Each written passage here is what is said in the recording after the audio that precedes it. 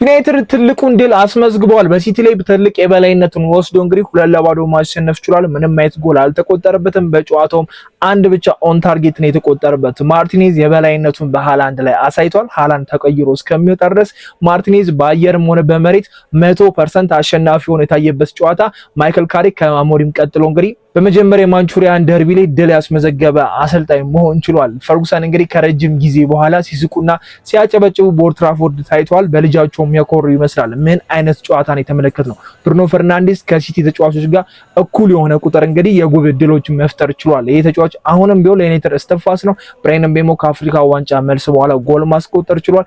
ዶርጉ ምን አይነት እንቅስቃሴ ነው? ምን አይነት ጎል ነው?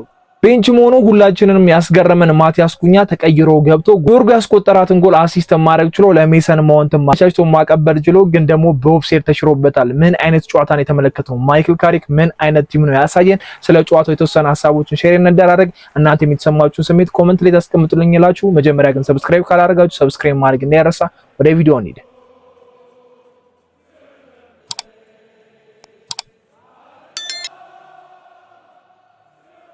ውጥንቅጥ ውስጥ ያለው ዩናይትድ እንግዲህ በሚገርም ሁኔታ ለዋንጫ የሚጫወተው ነው ማንቸስተር ሲቲ ማሸነፍ ችሏል። ይሄ ድል ከጨዋታውን በፊት ነገራችሁ ነበር። ቪዲዮ ከተመለከታችሁ ዩናይትድ ይሄንን ማሸነፍ የሚችል ከሆነ ምናልባት በአመት ውስጥ ያስመዘገበው ትልቁ ድል ነው ብዬ መናገር እችላለሁ። አርሰናልን ሄዶ ኤሚሬትስ ካላሸነፈ ድረስ ይሄኛው ድል በዚህ አመት ያሳካነው ትልቅ ድል ነው። ምክንያቱም ሲቲ ለምን እንደሚጫወት እናውቃለን። እኛ ደግሞ ለምን እየተጫወተ እንደሆነም ግልጽ ነው። ለቻምፒየንስ ሊግ ለመመለስ ነው። ግን ደግሞ ያለን ጋፕ በጣም ሰፊ ነው። ሲቲ ያለበት ቴምፖ እና ሲቲ ያለበት አካሄድ በጣም አሪፍ ነው። የዩናይትድ አካሄድ ግን ልክ እንዳልሆነ በጣም ግልጽ ነው። አሰልጣኝም ቀይረን የመጀመሪያውን ጨዋታ ነው እንግዲህ በሲቲ ላይ ማድረግ የቻለውና ፔፕም ከጨዋታው በኋላ ተናግሯል። ጥሩ የሚባለው ቲም አሸንፏል ብሎና ካሪክ የሚገርም አጨዋወት ነው ይዞ የቀረበው። በመጀመሪያ አሰላለፉ ራሱ ብዙዎች የሚያስደነግጥ ይመስላል። ካሪክ ነግሬያችሁ ነበር። ክርስቲያኖን ቤንች ማድረግ ከቻለ የትኛውንም ተጫዋች ቤንች ለማድረግ ድፍረት ይኖረዋል ብዬ ነበር።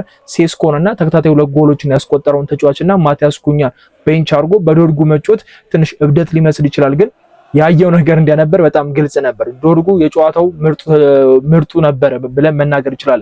ዩናይትድ ፈርስት ሃፍ ላይ ያረጋቸው ሞር አታኪንግ ፓርቶች በዶርጉ ሳይድ ብቻ ነበሩና ምን አይነት ቻንሶች ክሬት እያደረገ እንደነበረ የኦፍሳይድ ኳስ የተሻሩብን ራሱ ኦልሞስት ወደ 3 የሚጠጉ ጎሎች አስቆጠረን፣ ግን 3ቱም ኦፍሳይድ ተብሎ ነው የማውንት የብሩኖና አማድም ማንሳት እንችላለንና 3ቱም ግልጽ የሆኑ ኳሶች ነበሩ። በረኛውን አጥፈው ነበር ሁለቱም አማድም ብሩኖም ማስቆጠር ይቻሉት። የመጨረሻ ሰዓት ደግሞ ማውንት ተቀይሮ እንደገባ ነበር ያችን ጎል ማስቆጠር ይቻለው። ዩናይትድ በዚህ ጨዋታ ላይ 5 እና 6 ጎሎችን ማስቆጠር ይችል ነበር። የመጀመሪያው የሃሪ ማጉዌር አንግል የምናስታውሰው ነው። ከዛ ካስሜሮን ያባከናትም ኳስ አለች።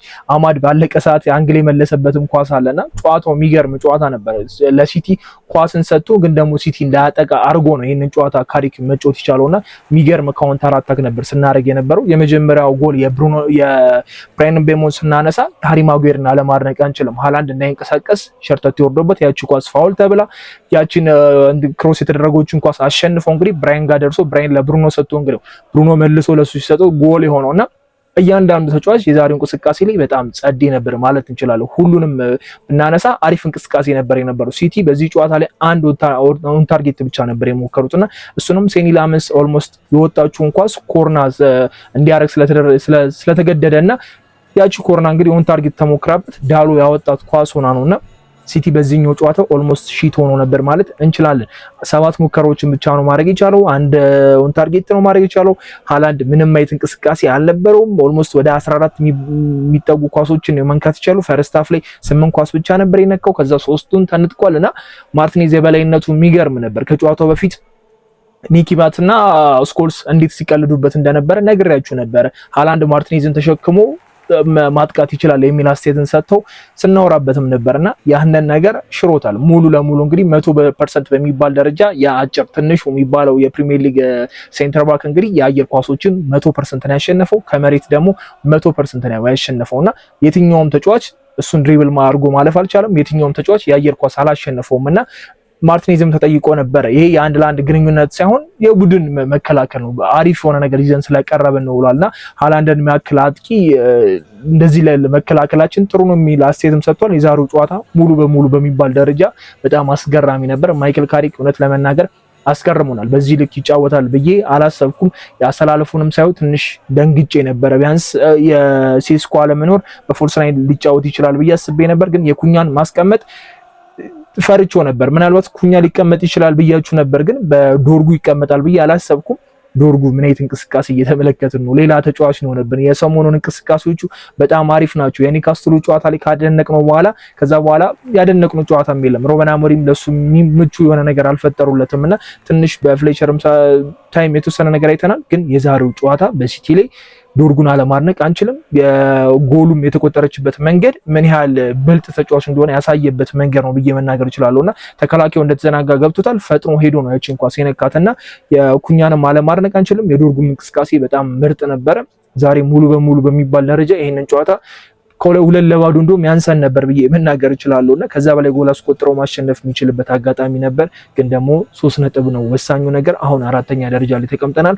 ማይክል ካሪክ ፈርጉሰንን በጣም አስደስቷቸዋል ብለን መናገር እችላለሁ። ፈርጉሰን ባለፈው ምን አይነት ፊት ነው ያሳዩት ምናምን ብለን እያወራን ነበር። የዛሬው ግን በጣም ይለይ ነበር። ካጠገባቸው ቪዲችም ተቀምጦ አይቶ ነበርና ጓደኞቹ ስለሆነ የተወሰነ ሰፖርት ይኖረዋል ብዬ ነግሬያችሁ ነበርና ማይክል ካሪክ በመጀመሪያው እንግዲህ የማንቹሪያን ደርቢ በመጀመሪያው ጨዋታ 3 ነጥብ አሳክቷል። ከሩበን አሞሪም ቀጥሎ እንግዲህ ያሳካ አሰልጣኝ ሆኗል። ግን የሩበን አሞሪም ድል ባለፈው ነግሬያችሁ ነበር። ያን የነበረው ሲቲ ደካማው ሲቲ ነበር፣ ግራ የገባው ሲቲ ነበር። የአሁኑ ሲቲ ግን ለዋንጫ የሚጫወት ሲቲ ነው። ከዛ ደግሞ ዩናይትድ ሞር ግራም ያጋባ ቲም ሆኖ ነው በዚህኛው ዓመት ቀጠለውና እነዚህ ግንኙነቶች በጣም የሚገርሙ ናቸው። ማይክል ካሪክ በጥሩ መንገድ ጨዋታውን ጀምሯል ብለን መናገር እንችላለን። ከዚህ በኋላ የአርሰናሉ ጨዋታ ራሱ የሚያስፈራው አይነት ነገር አይመስልም። ኮንፊደንስ ሊኖራቸው ይችላል ተጫዋቾቹ፣ ደጋፊዎቹ ኮንፊደንስ ይኖረዋል። ካሪክም ውሳኔዎቹ ብዙም አያስተቹትም። የዛሬ ውሳኔ ከጨዋታው ከመጀመሩ በፊት ብዙዎችን ግራ ሲያጋባ ነበር። እንዴት ኩኛንም ያህል ተጫዋች እንዴት ያስቀምጣል የሚል ነበር። የኩኛ ወርክ ሬት ሁላችንም እናውቀዋለን። በጣም ይሯሯጣል። ገብቶ እንኳን ሲያደርግ የነበራቸው ነገሮች በጣም የሚገራርሙ ነገሮች ናቸውና ግን ማይክል ካሪክን ለመውቀስ ምንም አንድ ምክንያት እንኳን የለንምና የሚገርም ጨዋታን ያሳየን። ኩኛም ተቀይሮ ሲገባ ለምን ተቀይሮ እንደገባም ያሳይ እንቅስቃሴን ያሳየው። 2 አሲስቶችን ማድረግ ችሎ ነበር። የመጨረሻውም ኦፍሳይድ ብትባለምና ያንዳንዱ እንቅስቃሴ በጣም አሪፍ ነበር። ማይክል ካሪክ ትልቅ የሚባል 3 ነጥብ አሳክቷል። የካስሜሮ ኳስ ግን በስማ ያስተችዋል። የካስሜሮ ኳስ በዛ ሰዓት ያንን ኳስ እንደዛ ቺፕ ለማድረግ መሞከር በጣም ከባድ ነበርና ምናልባት ዩናይትድ ባያሸንፍና አቻ ተለያይቶ ቢሆን ካስሜሮ የሚያስወቅሰው ኳስ ነበርና እሱም ታውቆታል። ያንን ኳስ ቺፕ ለማድረግ መሞከር ዳናሮማ ደግሞ ሴፍ ሲያደርጋቸው የነበራቸው ኳሶች በጣም የሚገራርሙ ኳሶች ናቸውና በሱ እገዛ በነ ካስሜሮ ኳስ ማባከን ከዛ ደግሞ አንግሎች ተጨምሮ ነው ብዙ ጎል ማስቆጠር ያልቻልነው እንጂ የዛሬው ጨዋታ ለዩናይትድ 3 ነጥብ የሚገባው ነበርና ምንም ጥያቄ የሌለው ነገር ነው። እንግዲህ ክሊንሺት በመጀመሪያው ጨዋታ ማስመዝገብ ይችላልና ክሊንሺታችን በዚህ ዓመት በጣም ደካማ እንደሆነ እናውቃለን። ሲሜኖ፣ ራያን ቸርኪ፣ ሃላንድ እያለን ነበረ። ግን ደግሞ አንድ ብቻ ኦን ታርጌትን የሞከሩትና እኔ በጣም ነው በዚህ ጨዋታ ደስተኛ የሆንኩት። በመከላከላችንም በማጥቃታችንም እያንዳንዱ ነገር በጣም አሪፍ ነበር።